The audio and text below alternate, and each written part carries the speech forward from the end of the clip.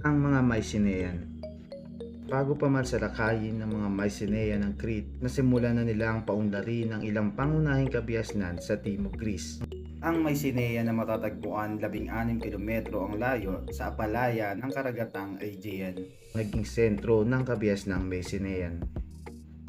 Ang mga lungsod dito ay pinag-ugnay ng maayos na daanan at mga tulay.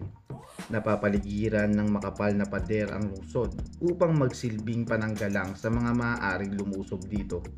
Pagdating ng 1400 BCE, isa ng napakalakas na mandaragat ang mga Mycenaean at ito ay nalubos ng masakop at magupo nila ang Crete.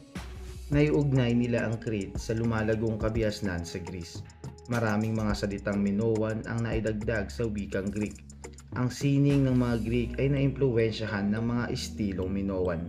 Ilan sa mga alamat ng Minoan ay naisama sa mga kwento at alamat ng mga Greek. Bagamat walang naiwang mga nakasulat na kasaysayan, ang pagsasalin-salin ng mga kwento ng mga hari at bayaning Mycenaean ay lumaganap.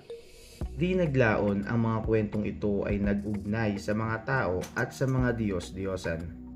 Ito ang sinasabing naging batayan ng mitolohiyang Greek. Sa bandang huli, hindi na iligtas ng mga pader na kanilang ginawa ang mga Mycenaean sa paglusob ng mga mananalakay. Noong 1100 BCE, isang pangkat ng tao mula sa Hilaga ang pumasok sa Greece at ginupo ang Mycenaean. Sila ay kinilalang mga Dorian. Samantala, isang pangkat naman ng tao na mayroon ding kaugnayan sa mga Mycenaean ang tumungo sa timog ng Greece sa may lupain sa Asia Minor. Sa may hangganan ng karagatang Aegean, nagtatag sila ng kanilang pamayanan at tinawag itong Ionia. Nakilala sila bilang Ionian. Ang mga pangyayaring ito ay tinaguriang Dark Age o madilim na panahon na tumagal din ng halos 300 taon. Naging palasak ang digmaan ng iba't ibang kaharian. Nahinto ang kalakalan, pagsasaka at iba pang gawaing pangkabuhayan, maging ang paglago ng sining at pagsulat nang unti-unti ay naudot din. Mula sa labi ng madilim na panahon, unti-unting umusbong ang Ionia, ang isang bagong sibilisasyon na mabilis ding lumaganap sa Greece. Ilang pamayanan sa baybayin ng Greece na tinatawag ang kanilang sarili na Hellenes o Greeks ang nagkaroon ng malaking bahagi sa sibilasyong ito.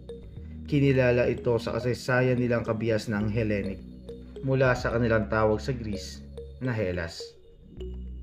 Kabias ng Hellenic, ito ay tumagal mula 800 BCE hanggang 400 BCE at naging isa sa mga pinakadakilang sibilisasyong naganap sa kasaysayan ng daigdig.